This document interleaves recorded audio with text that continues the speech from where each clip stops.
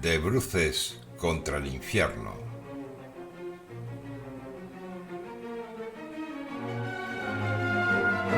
Una novela escrita, leída y grabada por Luis Brenier.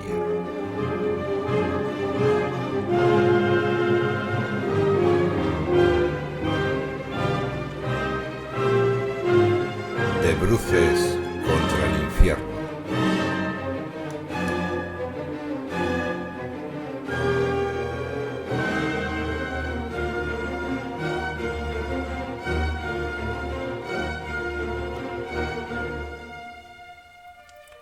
Toda la literatura consiste en un esfuerzo por tornar real a la vida.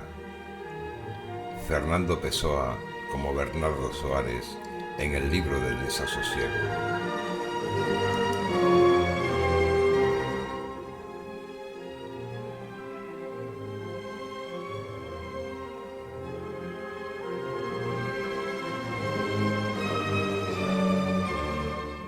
De bruces contra el infierno.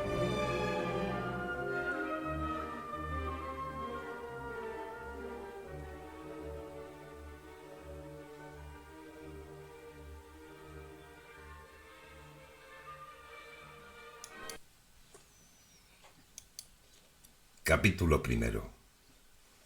Como cada mañana, Alfredo Mutis abrió sus distorsionados ojos al nuevo día con una precisa pregunta en sus labios. ¿Cuál sería el menú que le había preparado ad hoc el doctor Corchero? El facultativo solía sorprenderle con sus recetas y él tenía que admitir que sabía muy bien lo que éste se hacía.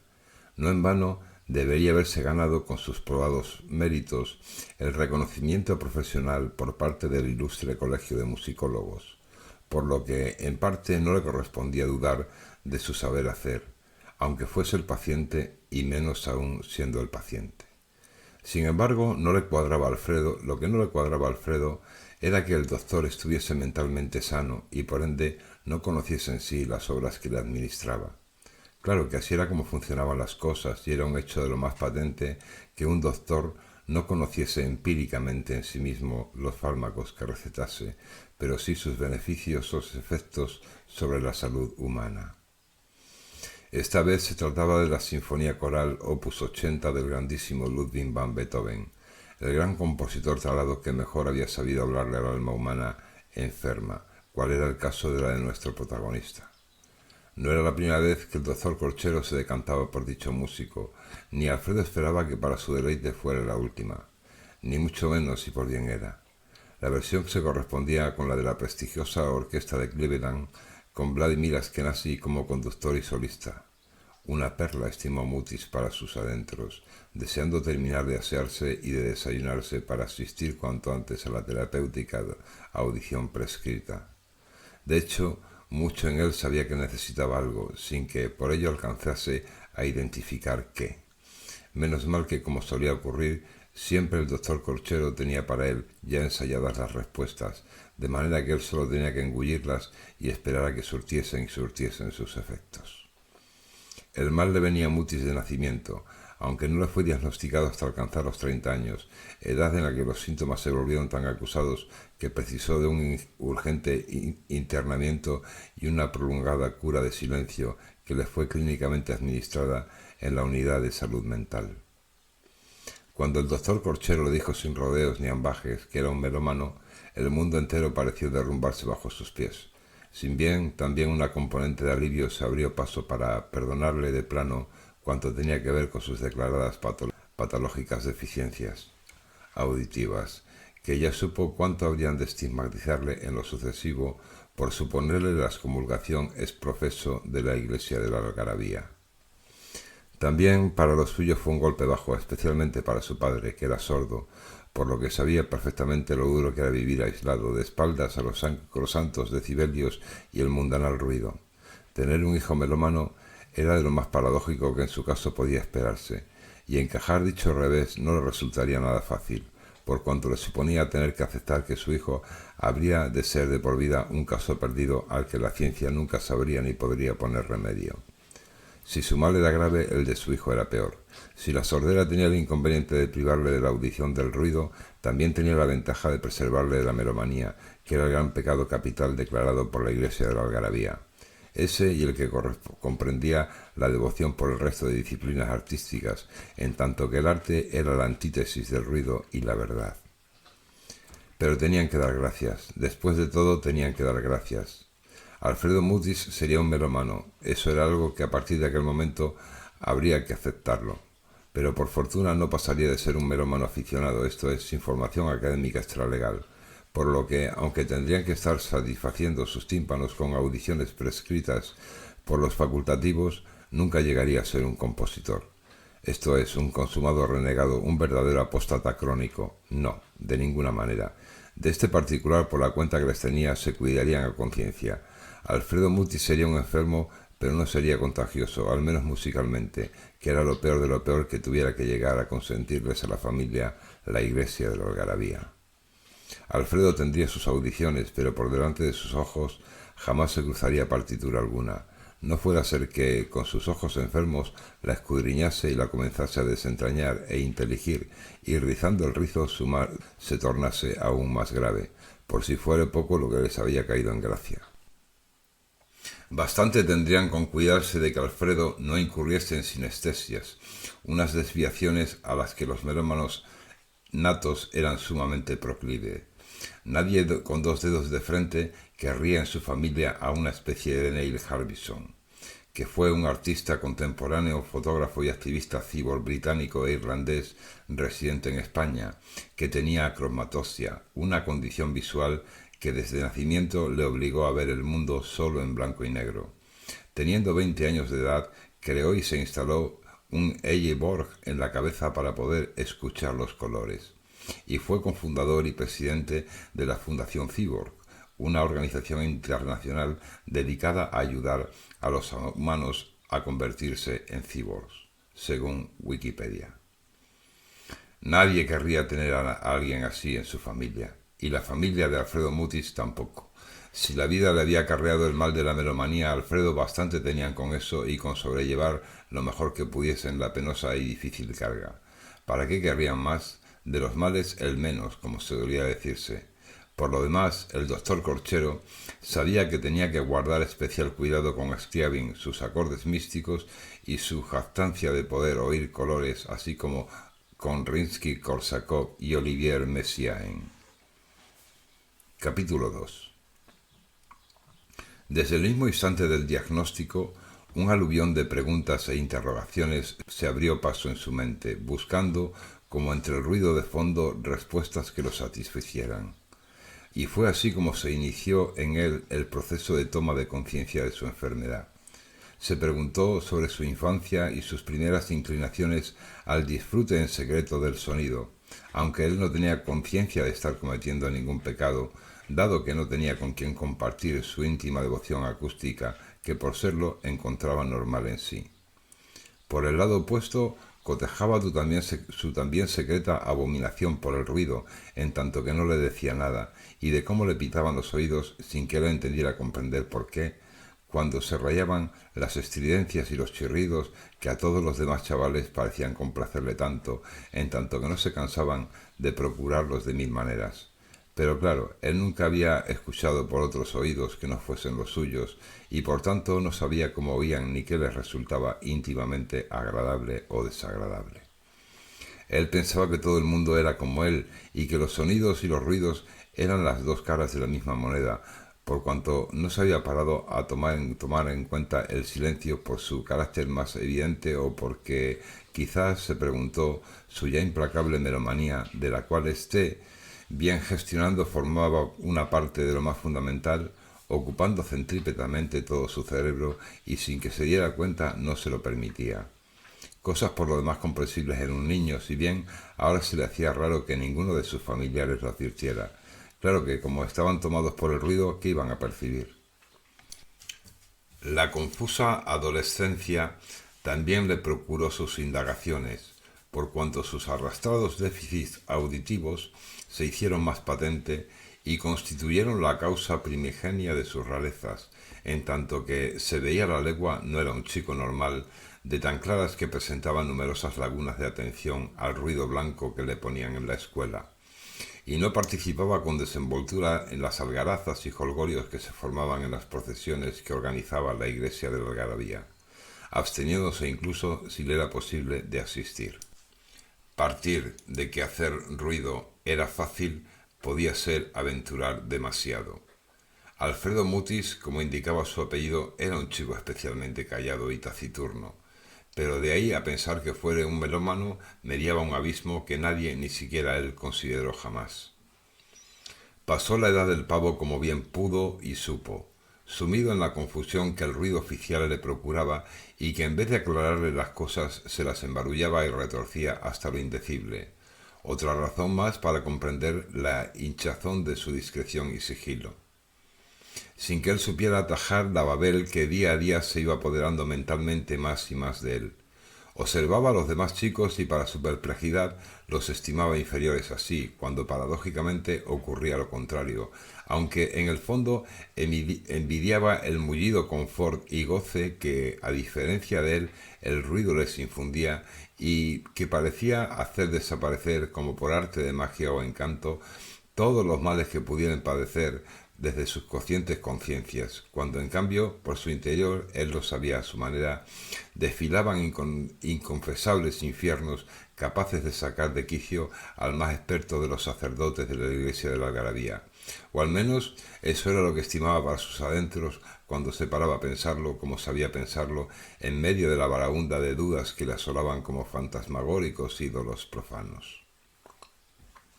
Luego vino el primer ciclo de sus años universitarios, en los que se decantó por el estudio del murmullo de las fermentaciones en hongos y levaduras, y aun en ellos, para su sorpresa, sabía encontrar componentes musicales que le traicionaban. ¿Es que había nacido para ser un apóstata o una oveja negra? A su término, con el fin de servir a la madre patria, se incorporó a las brigadas de contaminación acústica, donde estuvo todo un año sirviendo en la sección de baterías y morteros, y que por cierto le dejó los oídos zumbando como si hubiera pasado por encima de ellos y a cámara lenta un bullicioso escuadrón de acorazados. Una vez licenciado y atacado de los nervios, no pudo continuar con sus estudios de nanofonología, ni pudo ejercer la ecolalia cual hubiera sido su deseo, por lo que hubo de dedicarse a buscarse la vida como amplificador de susurros en el Ministerio de la Distorsión. Ocupación que, por conciliarse con el bajo nivel de ruido aceptado por él, desempeñó con éxito hasta que, no pudiendo más, su melomanía se abrió paso en él como un volcán en erupción, vindicándose. Ahora todo le parecía una iracunda pesadilla, y el pozo que le quedaba de todo ello y que más agradecía era el acogedor regazo del silencio, esa zona neutral que mediaba como un puente entre el perverso ruido y la grácil melomanía, en la que, dada su vacuidad, cabía tanto que, sin embargo, se parecía increíble a la nada, pero ni mucho menos lo era. Ahora, cuando las cosas habían cambiado de eje, era un enfermo que debía tomar regularmente sus medicinas y olvidarse de todo lo demás, por mucha excomulgación y estigmatización que le supusiera. Siempre recordaría con sumo deleite cómo su cura de silencio fue interrumpida en la unidad de salud mental por la gloriosa irrupción de la novena sinfonía de Beethoven y su, dentro de la literatura clínica, archifamoso himno de la alegría, y todavía más ahora que la fantasía coral Opus 80 estaba llamando impacientemente a sus puertas. La retahíla de obras que vinieron después, los conciertos de Brandenburgo de Johann Sebastian Bach, las 4 estaciones de Antonio Vivaldi, la Sinfonía del Nuevo Mundo de Antonín Dvořák, la Sinfonía Hafner y la Paris de Wolfgang Amadeus Mozart, el Mesías de Friedrich Händel, la Sinfonía Sorpresa de Franz Joseph Haydn, servirían para firmar la línea terapéutica trazada por el doctor Corchero, pero ninguna de las obras conseguiría despertar tanto su Kundalini, salvando el aria del triunfo del tempo del disingano de Georg Friedrich Händel y unos compases muy concretos de la grande fantasía sinfónica de Franz Liszt. Ahora, por primera vez en su vida, y esto le confería al asunto carácter de acontecimiento, tenía por delante la fantasía coral Opus 80 del gran genio alemán. ¿Qué esperar de ella? ¿Sabría llegarle? El doctor Gorchero había puesto al respecto especial énfasis en facilitarle la traducción de la letra de la pieza, que en su conjunto adquiría forma de canción libre, y tal era la siguiente. Con gracia y dulzura resuenan las armonías de nuestra vida, y el sentido de la belleza engendra flores que eternamente florecen. La paz y la alegría avanzan cual amigas, como el juego alternante de las olas, y lo que insistía en ser rudo y hostil entra a formar parte de lo sublime. Cuando en los tonos reina la magia y en las palabras la inspiración, se configura lo maravilloso, noche y tempestad se vuelven luz. Calma exterior y alegría interior priman para el bienaventurado, y el sol primaveral de las artes permite que de ambas nazca luz. Algo grande contenido en el pecho florece de nuevo en toda su belleza. Si un espíritu se ha encumbrado, todo un coro de espíritus resuena siempre a su alrededor. Aceptad, pues, almas bellas, alegremente los dones del buen arte. Cuando se unen el amor y la fuerza, el favor de los dioses al hombre recompensa. El autor del poema, prescrito por el propio Beethoven, era el escritor vienés Christoph Kufner. Capítulo 3. La iglesia de la Algarabía había sido fundada por San Guirigay, su profeta, el 3 de marzo de 2027, coincidiendo con el 180 aniversario de Alexander Graham Bell, su primitivo precursor, a quien es sabido debe su nombre la unidad usada para medir la potencia de una señal o la intensidad de un ruido, el decibelio, entidad a su vez venerada por la Iglesia de la Algarabía y sus siempre sanos e iluminados correligionarios como la expresión misma de la palabra de Dios junto con el ruido blanco que era la de su imagen. La nueva religión causó furor de inmediato como si se tratara de un aparatoso estruendo, y su decálogo caló sin dificultad en las masas ávidas de unos nuevos roles que le dieran sentido a sus caóticas vidas. Este comprendía los siguientes mandamientos. 1. Amarás al ruido sobre todas las cosas. 2. Armarás ruido aposta y en vano. 3. Santificarás ruidosamente las fiestas. 4. Honrarás al ruido blanco y al decibelio. 5. No callarás. 6. Te guardarás de la información como del silencio. 7. No silenciarás a tus semejantes. 8. Armarás ruido tanto en balde como a propósito. 9. No consentirás melodías ni sonidos impuros. 10. Codiciarás el ruido ajeno. La Iglesia de la Algarabía partía del presupuesto de que la ley natural era el ruido y por ende todo cuanto se apartaba de él lo hacía parejamente de la divinidad. Así los sonidos humanos eran corrupciones animales, cuales lo eran en su medida los gruñidos de los mismos o los cantos de las aves, por poner unos ejemplos. La melomanía de algunos pájaros como los ruiseñores o los canarios, o en el caso de los delfines o las ballenas, eran jeroglíficas expresiones de patologías encerradas en callejones sin salida, dado que dichos cánticos cacofónicos se elaboraban sin pizca de inteligencia ni propósito mayor, cual si fueran estandartes de sus parcos rudimentos. Algo que no se podía consentir en la elevada especie humana, que había que encumbrar su raciocinio al de la divinidad según los abiertos y naturales patrones del ruido en estado puro. Nada de melomanía, pues. La melomanía era una deficiencia que había que erradicar para mantener abierta la mente a estructuras sin encorsetar, dado que el encorsetamiento era la principal característica que definía a los animales y al caduco hombre del pasado. Por decreto de la Iglesia de la Algarabía, todos los instrumentos musicales fueron destruidos sin excepción, y las grabaciones musicales requisadas quedaron para uso exclusivo de la medicina y los militares. Téngase en cuenta que la era de la información fue la que precedió a la era de la Iglesia de la Algarabía, y que era justamente aquello contra lo que el ruido se rebelaba, como una resaca le sigue una borrachera. Tanta información, al embarullarse, murió de su propio éxito. De hecho, San Guirigay no era en realidad ninguna persona física, sino una borrosa entidad matricial nacida del Babel que las propias redes informáticas conformaron al enredarse en sus espirales. Y así no fue venerada como tal, sin que ello impidiera en modo alguno aceptarle como profeta de la nueva religión emergente. De este modo se confundía con la revelación misma, cual correspondía a la propia confusión como doctrina y a la propia precisión como antidoctrina. Cada templo contaba con sus propios generadores de ruido blanco y el silencio sólo era contemplado como una pantalla en la que rebotaban aleatoriamente sus ecos. Cada fiel oraba galimatías y el rebujo de todo le era ofrecido a Dios como un salmo o una oración ininteligible y cosmopolíglota. Por lo demás, todos estaban conectados a todas horas, con la comprensible excepción de los deficientes melómanos que hacían sus vidas aparte, sin participar ni de las corrientes ni de los eventos oficiales, como si pertenecieran a otras herméticas esferas de las que no cabía esperarse nada bueno y a las que no había cabal manera de comprender ni de hacer entrar en razón. No en vano estaban en manos de los especialistas, que no dejaban de probar con ellos técnicas neurocimáticas, aquellas que estudiaban el efecto de las ondas sonoras en la humana materia gris, en aras de poder recuperarlos, si es que antes estuvieron sanos, o de habilitarlos en el caso de que no.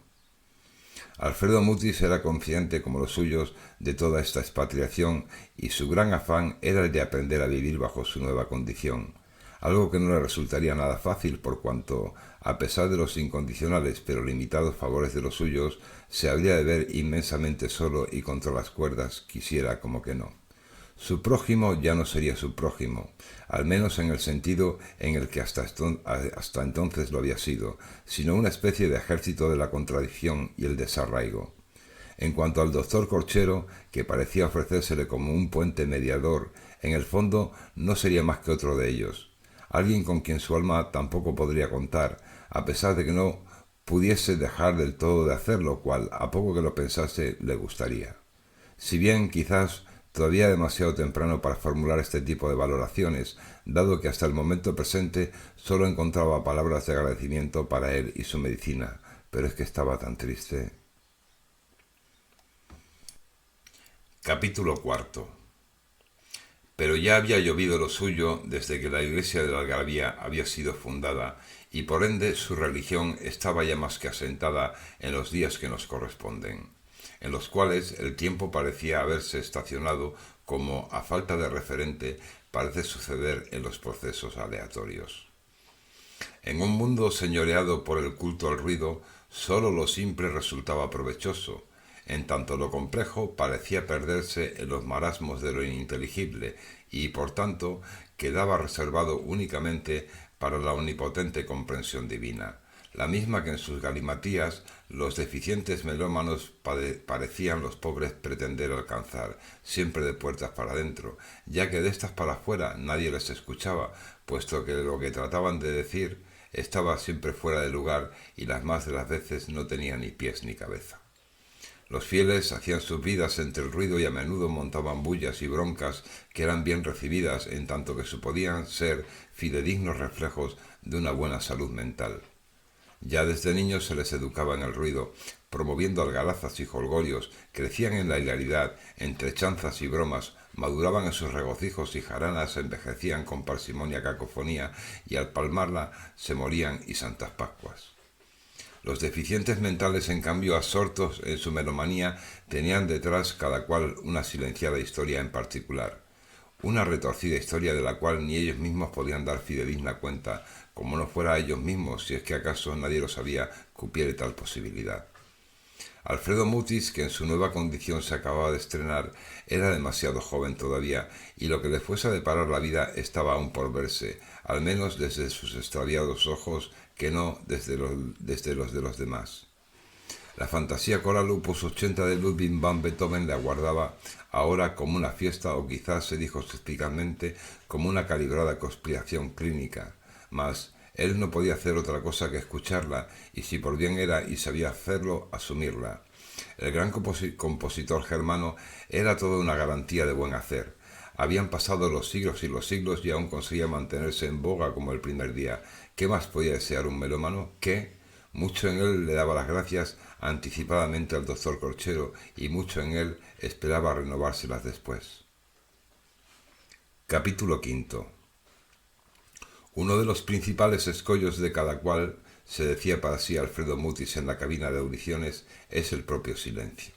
en cuanto que se ofrece como una frontera harto difícil de traspasar debidamente para que el contenido discurso llegue y haga sus veces, terminando con el reinado del mutismo. El silencio personal, tan frecuente en nuestros días, y a mi juicio padre de tantas desgracias, debe en parte su razón de ser a la carencia misma de la elaboración del discurso edificador y también a la descalificación de los receptores, en tanto que no son debidamente habilitados como tales, en parte ajena del prójimo y en parte a las deficiencias formales del propio discurso. Yo sé que mi devota afición por las letras, hasta ahora secreta, se forjó como una instintiva palanca interior para erradicar de mis perímetros tales deficiencias, y a su satisfacción le debo impagables satisfacciones personales que no habría podido coronar de la misma manera de otro modo. Naturalmente que pienso en el arte como forma de expresión personal, y en lo que me toca muy especialmente en la música, y más ahora que sé que soy un melómano. Pero en cuanto a la elaboración de discursos, las letras se llevan la palma lingüísticamente, en tanto que me han permitido, aunque solo haya sido de puertas para adentro, y permiten del mismo modo plasmar lo que quiero decir, como lo quiero decir, de manera que la completitud del discurso quede satisfecha y por tanto la pareja habilitación lingüística del receptor, si es que aparte de mí se diera, cumpliendo en consecuencia como autor. Alfredo se tomó un respiro y continuó con su privada disertación. Desde chico supe que las palabras y el lenguaje habrían de ser para mí aliados sin par, y pruebas irrefutables de ello son las grandes cantidades de cosas que humanamente les debo y cuanto me han enriquecido y proyectan. A estas alturas, cuando soy un excomulgado, me cuesta todavía comprender que tantos semejantes no le concedan la importancia que mi privilegiado juicio se merecen por cuanto valen y significan en la vida humana. Claro que ellos están mentalmente sanos, en tanto que yo no. La Iglesia de la Algarabía ha conseguido, a mi perturbado modo de ver, más de lo que resulta tolerable, el desplazamiento de las letras a favor de otros medios discursivos de menor categoría. Y esto, lo sé, puede sonar a herejía. El seguimiento del que goza hoy día la cómoda televisión o la espectacular cinematografía multidimensional, en detrimento del nulo que arrastra la literatura de calidad, esa que solo se puede encontrar en los baúles, se me ocurre de lo más patético, estéril e infantil. Claro que para aseverar esto me estoy fundamentando en unas estadísticas de masas reales y no en el valor que tienen en sí los diferentes medios discursivos y su importancia humana e intelectiva. ¿Seré después de todo la única persona cabal? La palabra siempre ha sido, es y será así. Es el mayor bien inmaterial del que dispone el hombre, pues sin ella no es lingüísticamente nadie, ni puede tener siquiera conciencia de sí. ¿Por qué se ha devaluado entonces tanto y se ha dejado comer el terreno por otros medios más ágiles, como las alienantes pantallas, pero menos poderosos en sí? Sin duda la Iglesia de la Algarabía tendría mucho que decir al respecto. La palabra es la madre de la cultura y de la sabiduría. ¿A dónde iríamos sin ella? ¿A qué abismo? Yo estoy tarado, lo sé. No hace falta que nadie me lo recuerde, pero soy el único refugio que me queda fuera de la propia medicina y a menudo pienso que con todo lo frágil que pueda parecer es el más seguro por cuanto no necesito puentes para que me auxilie. Conozco bien las fronteras de la Iglesia de la Algarabía, los decibelios y el ruido blanco y sé que haciéndoles oídos sordos, cual corresponde a mi patológica condición, no podrán alienarme ni como melómano ni como persona. La soledad será mi compañera y la música, y si alcanzo más, el arte. A menos todo, excepto al más ruido, nos está permitido por ley a los deficientes. Alguna ventaja habríamos de tener para no sentirnos tan desamparados. Alguna. El doctor Corchero, a pesar de ser un hombre frío como el témpano, me trata bien. Me dice, no deje las audiciones, escuche con el alma, no piense sino sienta, es todo lo que tiene. El doctor Corchero es una buena persona, lo cual es todo un elogio por mi parte, teniendo en cuenta de que se trata de alguien tan distinto de mí. Claro que en realidad no conozco a ningún semejante, puesto que soy el único melómano del lugar, alguien sin par. ¿Pueden acaso dos melómanos comulgar? La Iglesia de la Algarabía promulga que no, que la comunión solo es posible a través de San Guirigay. ¿Significa esto que habré de estar solo de por vida? A poco que se piense da vértigo, pero si así han de ser las cosas, no me habrá de quedar otra que aceptarlo. Lo digo porque jamás conocí en persona a ningún melómano. Es decir, soy único en mí y esta novedad me da de momento el suficiente juego como para no arredrarme por el hecho de ser un desarraigado que habrá de hacer su vida como si fuera un solitario o peor aún siendo un solitario.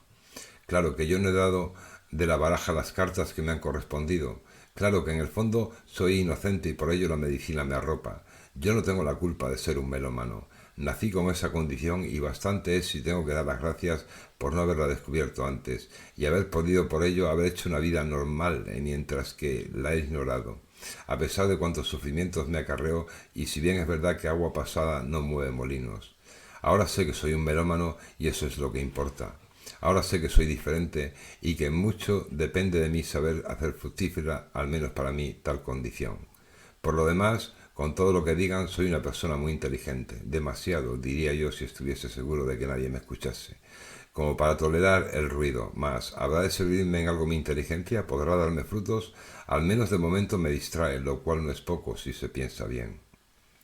¿Qué me deparará la fantasía coral Opus 80? Tardaré poco en saberlo. La cabina de audiciones está lista. Sé que no tengo más que acomodarme en la butaca y dejarme llevar por cuanto fluya en su interior, que habrá de ser el mío en cuanto la pieza comience a sonar. Entonces, si todo va bien como cada vez que escucho música me sucede, me sentiré mucho más yo y más en línea con mi alma, que a su vez se sentirá más libre e infinita, volando como si se tratase de todo un viaje astral. Así de vivo es más o menos como me siento cuando escucho música. Y hay que ver los sabrosos que se me vuelven los silencios. También con ellos que forman parte fundamental de la música, mi alma se siente elevar. Parece mentira, pero es verdad. Y eso es lo que verdaderamente me importa. No sé cómo puede haber tan pocas personas a las que le deleite la música como a mí, pero sé más que bien cómo puede haber tantas que amen el ruido. Una cuestión de salud mental, no estoy tan seguro de ello, aunque, claro esté, solo es el punto de vista de un deficiente que no tiene donde caerse muerto. ¿Sabrá el doctor Corchero lo que se está perdiendo? Desde luego que no me envidia, sino que se comporta con estricta profesionalidad. A sus ojos debo ser un caso condenado al ostracismo, y es posible que no le falte razón. Tal vez el ostracismo sea mi condición, tal vez lo fue siempre a pesar de los pesares. Mi padre lo debe estar pasando mal, aunque ahora yo comprenda mejor el silencio de su mundo, un silencio sin fronteras. Tener un hijo melómano es algo que él solo puede concebir teóricamente, como un ciego los colores. Por ello su sufrimiento debe ser todavía mayor. Lo siento mucho por él, aunque no pueda hacer nada por cambiar el curso de los acontecimientos. Descubrir que en la flor de su vida tu hijo es deficiente es todo un tamaño al revés y como muchas cosas en la vida se requiere de un buen estómago para digerir eso. El que va no le habrá de rezar a Sanguirigay. Sanguirigay siempre fue para él como alguien hueco, le rezará al silencio y del silencio esperará las respuestas. En su silencio yo tampoco puedo entrar. No obstante, le escribiré, como siempre lo he hecho, y le haré ver que la melomanía no es tan terrible como la pintan, aunque lo tenga que hacer bajo de cuerda. Y en cuanto a mi madre, que tiene otro temple, sé que esencialmente nada ha cambiado entre ambos. Juntos haremos frente a la estigmatización social y juntos seguiremos fundamentalmente siendo quienes somos. Sabemos más que bien estar por encima del ruido. Además, ella nunca fue muy religiosa. Capítulo sexto. En su libro La musique masonique, Roger Cotte sugería algunas explicaciones interesantes con respecto a la fantasía coral Opus 80. Decía: este último trabajo en sí mismo sonaba hacia afuera como un poema sinfónico verdadero que describía la iniciación del primer grado. El piano representa aquí el comienzo de todos, la introducción en la oscuridad, el encierro, destapando a los iniciados. Un diálogo entre el piano y la orquesta sugiere un intercambio de las preguntas y de las respuestas. Las llamadas de los cornos y el piano marcan sin duda la entrada del profano a la luz. Entonces suena el tema Feliz querido a Beethoven, que reaparece en la novena sinfonía. En el extremo de la obra, un coro mezclado, la humanidad simbolizada en su totalidad, restablece el tema que ha provisto las ideas esenciales del poeta al compositor. Uno encuentra mezclados de cerca los símbolos masónicos, velados apenas, y las fórmulas humanitarias abundantes para la realización, con la afirmación de que cuando se unen el amor y la fuerza, el favor de los dioses al hombre recompensa. Y así se sintió elevar a Alfredo Mutis en la cabina de audiciones. al margen por completo del mundo, pero enfrascado en él como una fusa en una melodía sobrenatural. No daba crédito a cuanto estaba escuchando, que sin embargo se le ofrecía tan latente como su propio corazón. Ah, el gran Ludwig von, el magnánimo, el astro sin par, qué delicia, qué música, qué color, toda una gama que iba del negro y el verde al amarillo más chillón. Encomió al doctor Corchero y se juró serle fiel. Cuanto acababa de oír superaba todos los parámetros y hasta las previsiones más aventuradas que se atrevía a formularle a priori. Y pensar que algunos rufianes se atrevían a considerar a la fantasía coral Opus 80 como una obra menor. ¿Cómo era esto posible si contenía en sí toda la esencia de la lengua del compositor? Oír para creer, viva Beethoven por los siglos de los siglos. Amén. Capítulo séptimo. Ahora tendría que salir a la calle a confundirse con el ruido. Como afirmaba Jean-Paul Sartre en Wicklow, el infierno eran los otros. Ruido y nada más que ruido en las cabezas ajenas conocidas y por conocer. Toda persona que no fuese un deficiente comulgaba profundamente con la iglesia de la algarabía y por rende no lo hacía con él. Y así, tal sujeto para Alfredo no era más que un estigmatizador potencial suyo, y para mayor calvario de deficiente a deficiente tampoco se podían esperar milagros. Además, en Encinar el pueblo no había más melómano que él. Estaba, por tanto, en un desierto en el que la única alternativa la conformaba su melómana vida interior. Eso y las aliviadoras audiciones que el doctor Corchero le prescribía según le veía. Peor podían ser las cosas todavía, al menos tenía a dónde agarrarse, al menos no estaba del todo solo. Además de asimismo tenía a sus padres con él y al doctor Corchero y sus maravillosas recetas musicales. Al fin y al cabo solo trataba de buscarse la manera de hacerse fuerte para mejor afrontar el día a día, que para los trabajos obligados conviene hallar el modo de llevarlos lo mejor posible, y él, a pesar de sus deficiencias, era una persona de veras inteligente. Tendría que darse tiempo, cual le recomendaba encarecidamente una y otra vez el doctor Corchero. Tendría que aprender a hacer oídos sordos a cuanto no le interesaba, tal y como en el fondo hacían con él mismo los fieles desde el mismo día en que fue diagnosticado. A fin de cuentas se trataba de eso, de aprender a discriminar, ecualizando las frecuencias y dando de lado al barullo de los encabritados decibelios. Pero no sería fácil, puesto que el ruido estaba diseminado por todas partes como una plaga y él, lo sabía, no estaba del todo preparado para hacerle frente a semejante bullicio. Era algo superior a él. Cuando el ruido, por leve que fuere, amenazaba con infiltrarse en sus oídos, una grima del demonio que le daba un repelús de cuidado, le subía por la columna vertebral como una contracundalini y mucho en él se desquiciaba mentalmente como alma que llevaba el diablo. Tendría que aprender a controlar por sí mismo eso, dado que no existía melodía antirruido en las farmacias ni le podían servir en manera alguna los amplificadores de susurros que había usado en el Ministerio de la Distorsión. Eso sería todo un sacrilegio que la iglesia de la algarabía no permitiría en modo alguno. Eso sería como pedirle peras al olmo o esperar del lobo carne. No. Tendría que apañárselas por sí mismo, y la manera más eficaz era la de reforzar a su kundalini para limitar con ella los avances de las adversas. Si al menos pudiera estudiar armonía o estética de la música, pero también tales itinerarios le estaban legalmente vedados, y más le valía no soñar despierto al respecto, por lo que tendría que buscarse otra alternativa, otra forma de orquestarse a la sazón. Por fortuna tenía todo el tiempo el mundo a su favor y pocas prisas.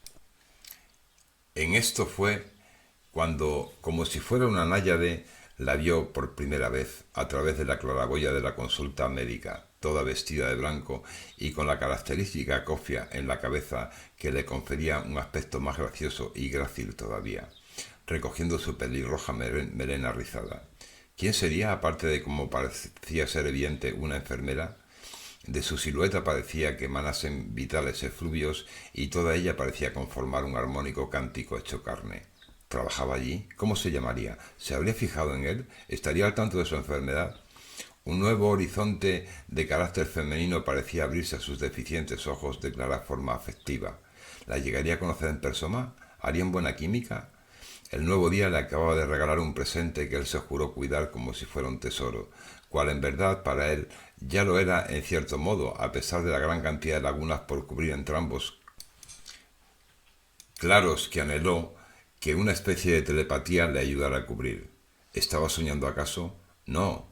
La mujer era tan real como sus propias manos, y tan bella como una flor, y aunque percibió que le separaban verdaderos continentes de diferencias, sobre todo religiosas, sintió que por encima de ello les unía una especie de invisible hilo de plata que él, como correspondía a su condición de varón, debería fortalecer, tomando la iniciativa para hacer de él una consistente aroma capaz de tender un sólido puente entre ambos, con el fin de que su amor, puesto que era lo que por primera vez sentía en su vida, se alzase con el triunfo. Menudo regalo de los dioses. Ahora, fuera de sí, tenía en qué emplearse y el carácter superior del motivo le daba unas creativas alas inusitadas. ¿Cómo hacer? Era todo tan delicado y tan sublime a la par. Tendría que estudiar con tiento la cuestión y evitar todo tipo de precipitaciones. Quiérase que no, el padecimiento de la melomanía actuaba como un freno que dosificaba sus ímpetus, pues inmediatamente muchas aleluyas se pusieron en órbita en su interior, como buscando en su intelecto una puerta de salida. Soñaba con decirle tantas cosas. Claro que, lo pensase como lo pensase, se toparía de bruces con el ruido, y eso enturbiaría insalvablemente las cosas de singulares modos y las complicaría sobremanera, de modo que cuanto proyectaba en su interior sería interferido considerablemente y ello le dificultaría toda posible comunicación cabal. ¿Pero no estaba acaso soñando demasiado? Lo cierto y verdad era que era algo que, dada su especial índole, él no podía llegar a controlar del todo. ¿Cómo hacer? Sin percatarse demasiado de ello, ahora le importaba a alguien más que él mismo, y el funesto ¿qué dirán? Era evidente que ya estaba en órbita y por lo tanto no era del todo dueño de sí.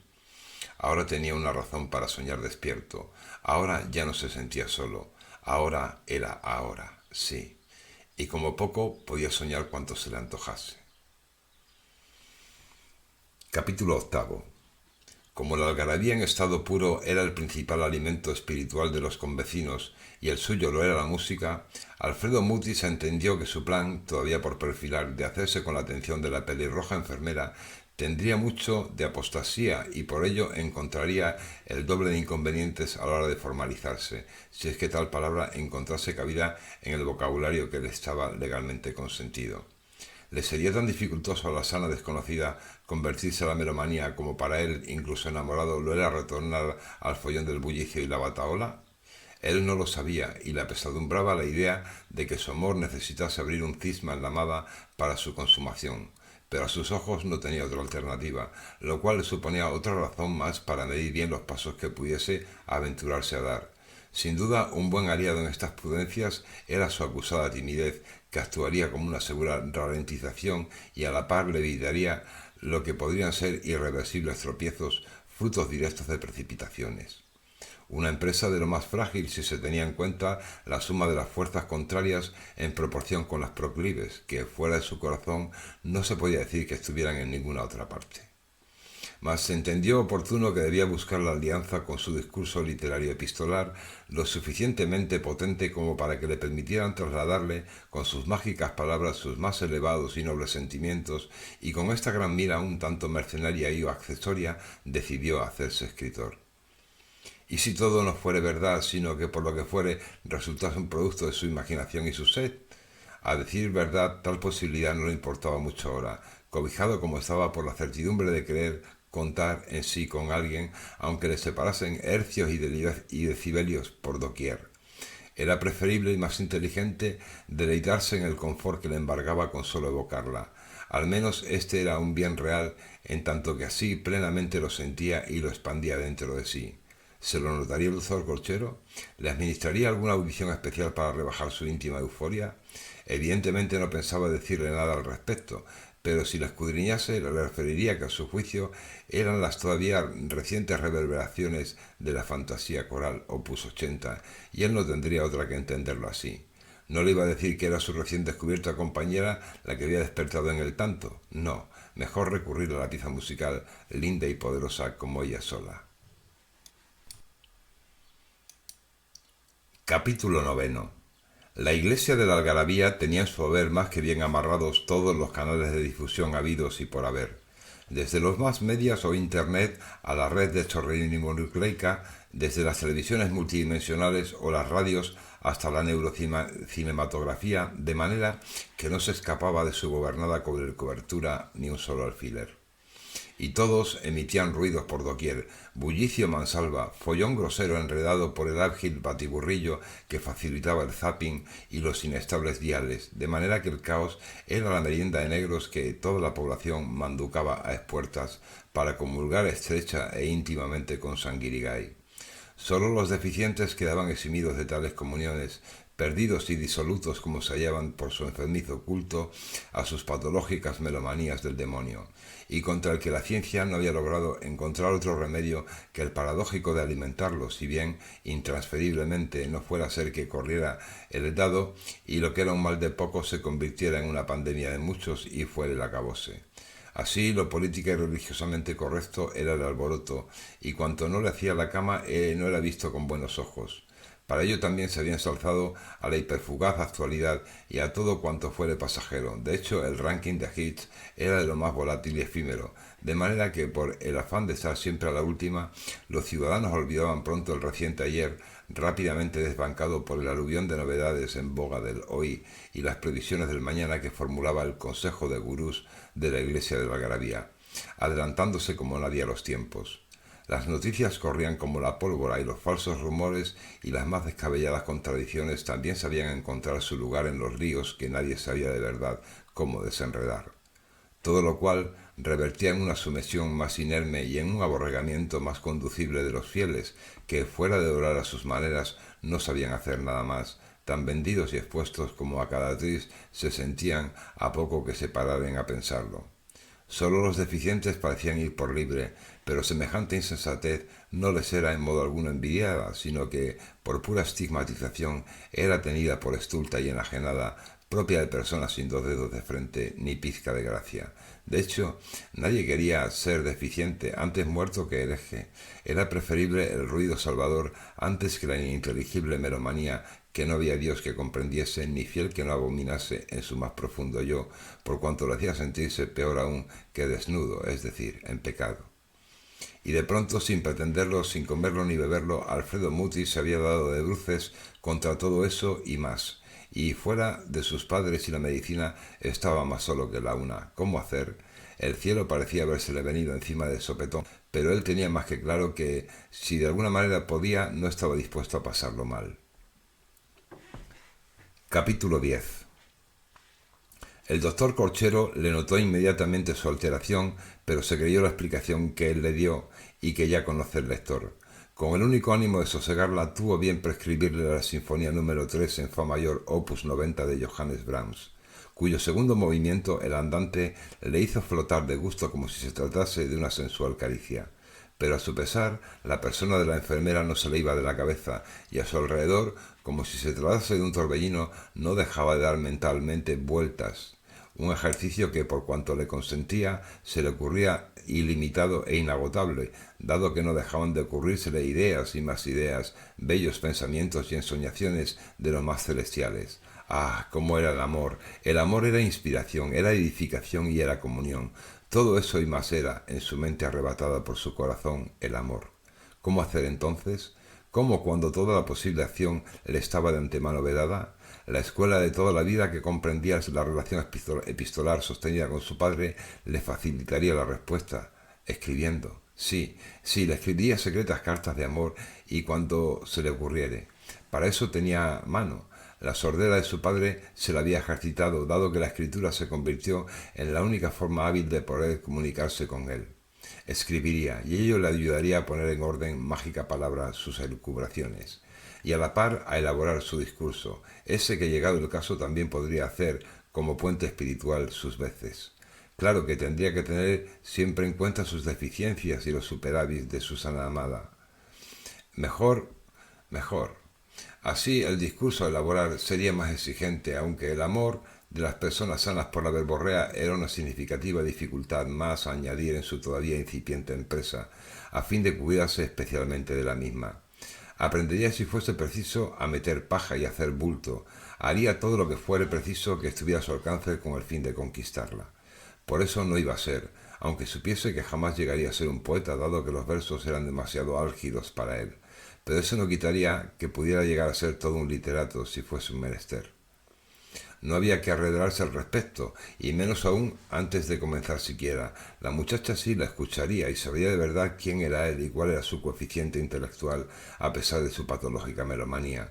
Por eso no habría de ser. Al fin y al cabo no tenía ninguna prisa si por bien era.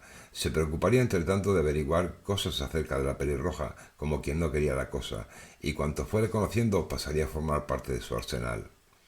Hoy solo la había visto de lejos, pero había podido apreciar como un son en su armónico caminar. Qué bella era y qué interesante. Parecía rodeada de un aura especial, y también parecía no darse cuenta de nada de cuanto él advertía. Habría que iluminarla y darle tiempo, ya se vería.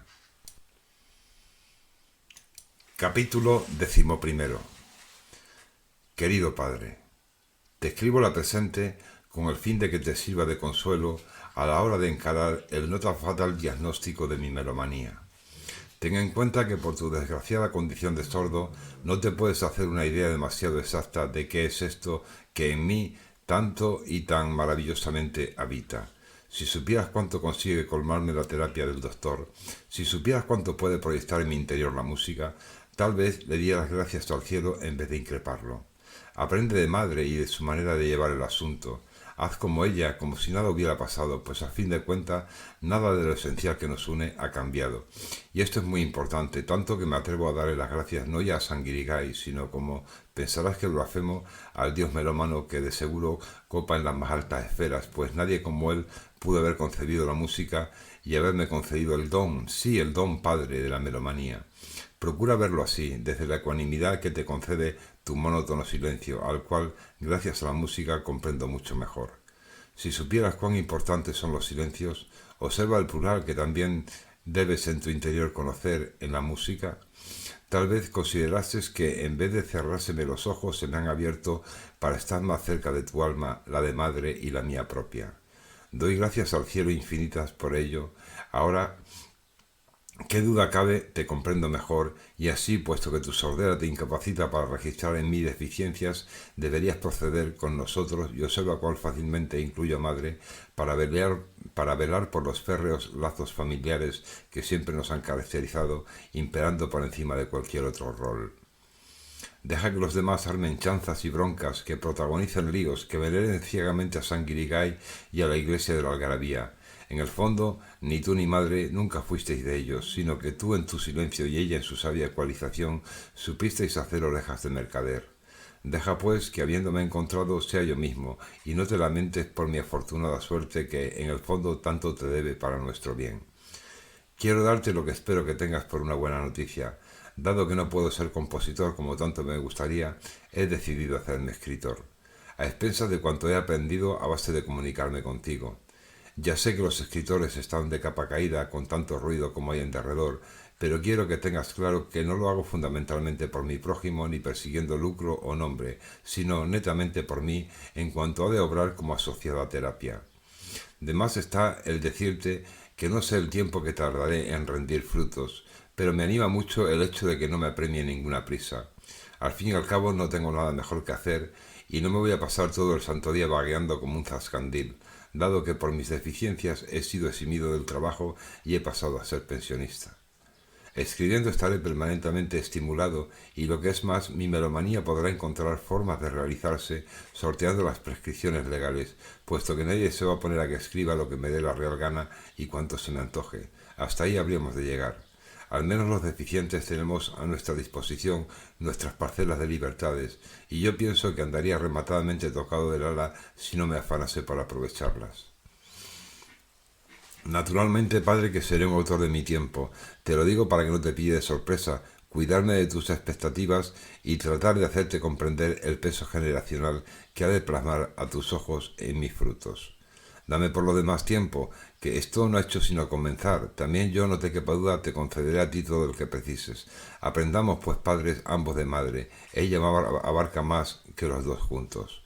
Tu amado hijo, Alfredo Mutis Valcárcel.